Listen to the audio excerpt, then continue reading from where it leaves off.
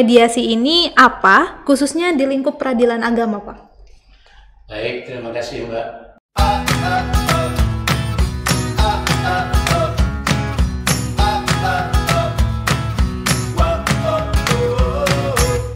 Assalamualaikum warahmatullahi wabarakatuh. Waalaikumsalam warahmatullahi wabarakatuh. Kembali lagi, saya Fira Devi Arianti menyapa Sobat PTA melalui podcast Pengadilan Tinggi Agama Gorontalo, Bincang-Bincang Pentagon.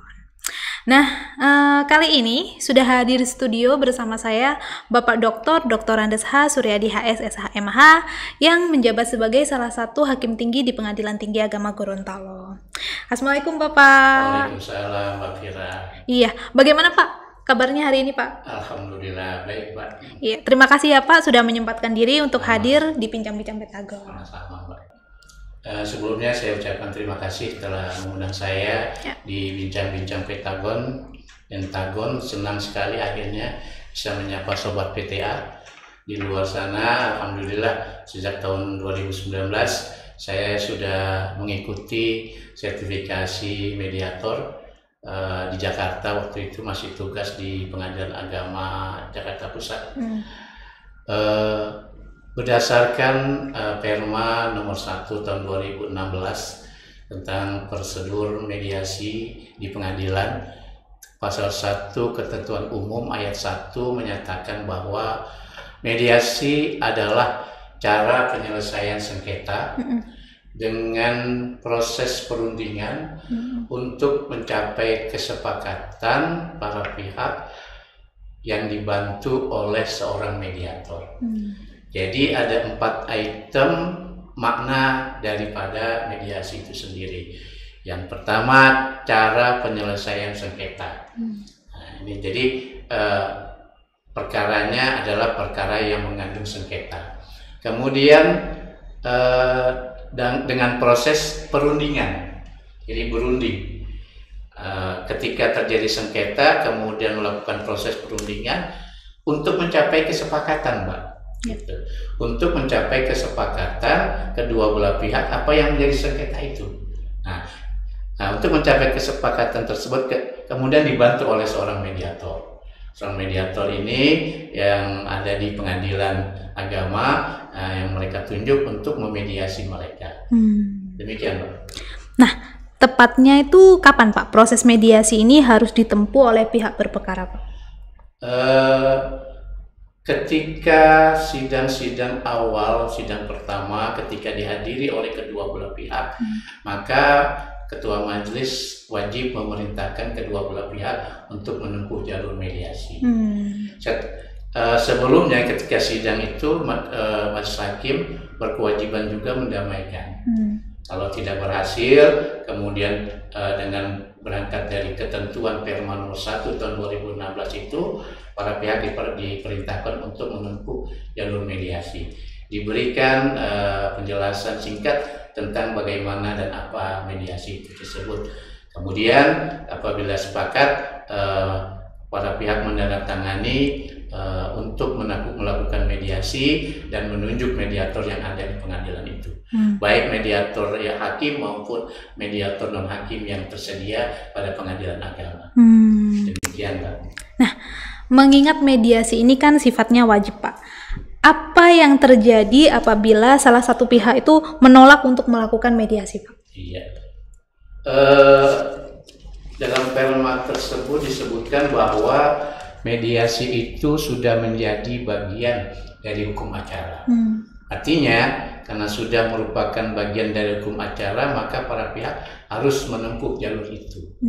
Nah, ketika sudah diberikan penjelasan singkat mengenai apa dan bagaimana mediasi itu, dan kemudian ditanya kepada yang bersangkutan, kepada para pihak itu, apakah mereka bersedia untuk menempuh jalur mediasi.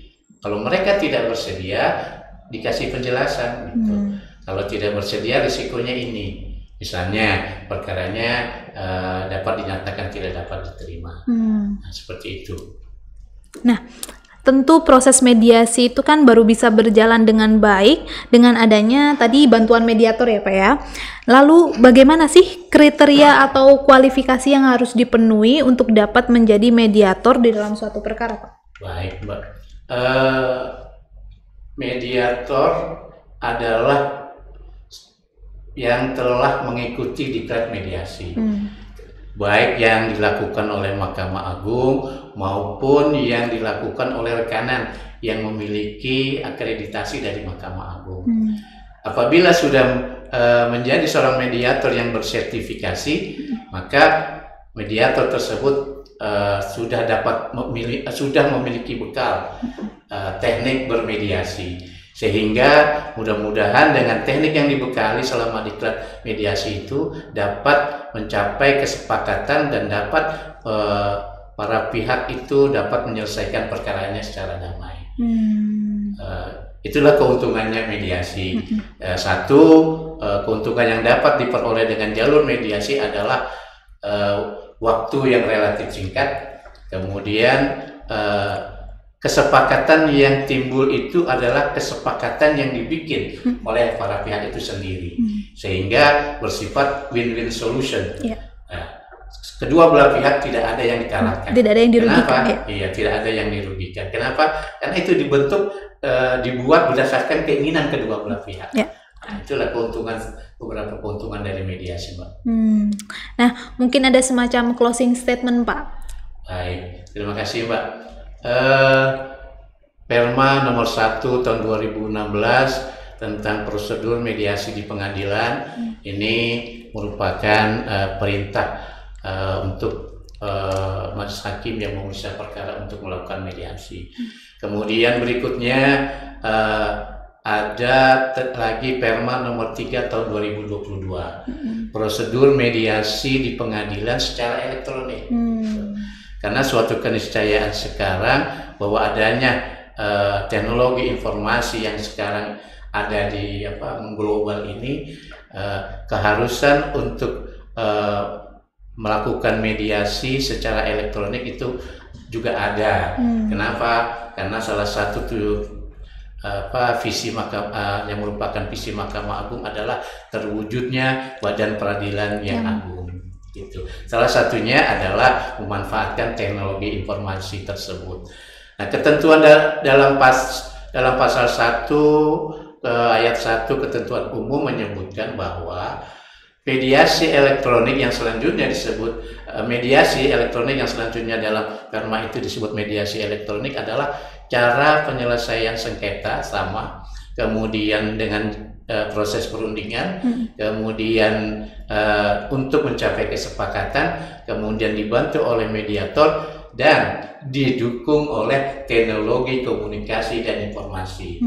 Nah, ini jadi mediasi itu dapat dilakukan secara elektronik. Kenapa? Karena inti dari mediasi adalah perdamaian, dan ini lebih utama. Kenapa? Amanat pasal 154 RBG, kemudian 130 HIR, kemudian pasal 32 Undang-Undang Nomor 1 Tahun 74, kemudian pasal 82 Undang-Undang Nomor 789, itu upaya perdamaian harus diusahakan. Sebelum perkara diputus, majelis hakim wajib mendamaikan para pihak. Sehingga untuk lebih berdaya guna dan berhasil guna, inilah jalur mediasi yang diatur oleh Mahkamah Agung melalui Perma nomor 1 tahun 2016 dan Perma nomor 3 tahun 2022 tersebut. Demikian, Mbak. Ya, wah sangat informatif sekali ya Pak Suryadi ini ya. Tidak terasa kita sudah sampai di penghujung episode kali ini. Sekali lagi saya ucapkan terima kasih kepada Bapak Suryadi telah berbagi informasi kepada Sobat PTA di luar sana. Sama-sama. Nantikan podcast selanjutnya masih dengan topik yang tidak kalah menarik, didampingi oleh narasumber-narasumber yang inspiratif. Jangan lupa untuk like podcast ini dan subscribe channel Pengadilan Tinggi Agama Gorontalo agar tidak ketinggalan podcast berikutnya. Mohon maaf apabila ada salah kata. Wassalamualaikum warahmatullahi wabarakatuh. Waalaikumsalam warahmatullahi wabarakatuh.